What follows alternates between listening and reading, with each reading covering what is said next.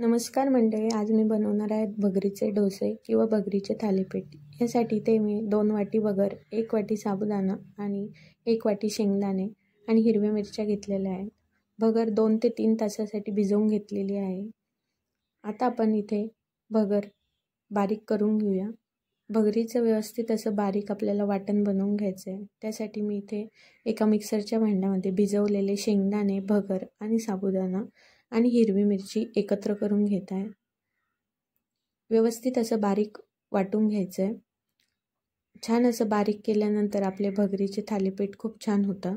शेंगदाणे भिजवून घ्यायचे जेणेकरून त्याची वेगळीच अशी टेस्ट आपल्याला थालीपीठमध्ये येते।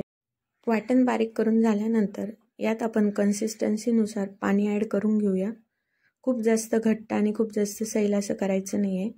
पाणी टाकून घेतल्यानंतर आपण यामध्ये चवीनुसार मीठ टाकून घेऊया। या थालीपीठमध्ये मीठ हे योग्य प्रमाणातच गेलं पाहिजे। मीठ कमी झालं तर थालीपीठ बनवताना ते तुटू शकतं।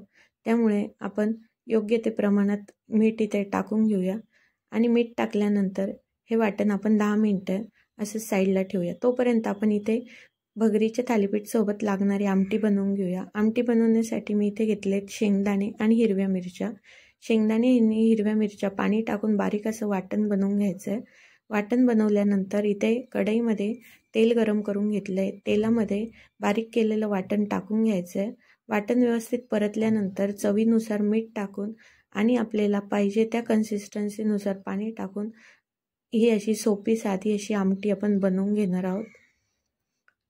आता आपल्या पिठाला 10 मिनिटं झाले आहेत। त्यानंतर आता इथे मी तवा गरम करून घेतला आहे।